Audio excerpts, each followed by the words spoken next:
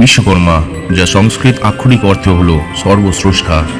ঋগ্বেদ অনুযায়ী তিনি পরম সত্যের প্রতিরূপ এবং সৃষ্টি শক্তির দেবতা।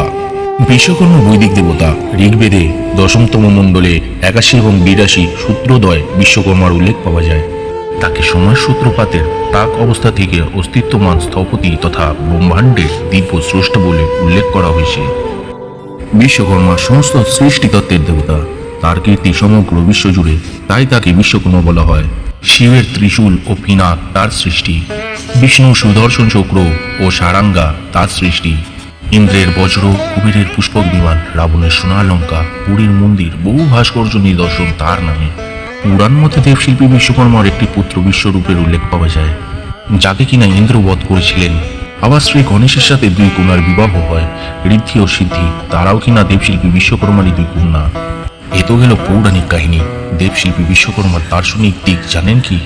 এই সমগ্র বিশ্বে যা কিছু শিল্পকলা, স্থাপত্য, নিদর্শন, তার সবকিছু তৈরিতে যে প্রতিভা লাগে, সেই আত্মপ্রতিভার আধ্যাত্মিক রূপই হলো দেবশিল্পী বিশ্বকর্মা। তাই সকল শিল্পকলার দেবতা হিসাবে তাকে পূজা করা হয়। কোনো মূর্তি বা প্রতিমাকে পূজা করা মানে কোনো নিছক মূর্তিকে পূজা করা নয়।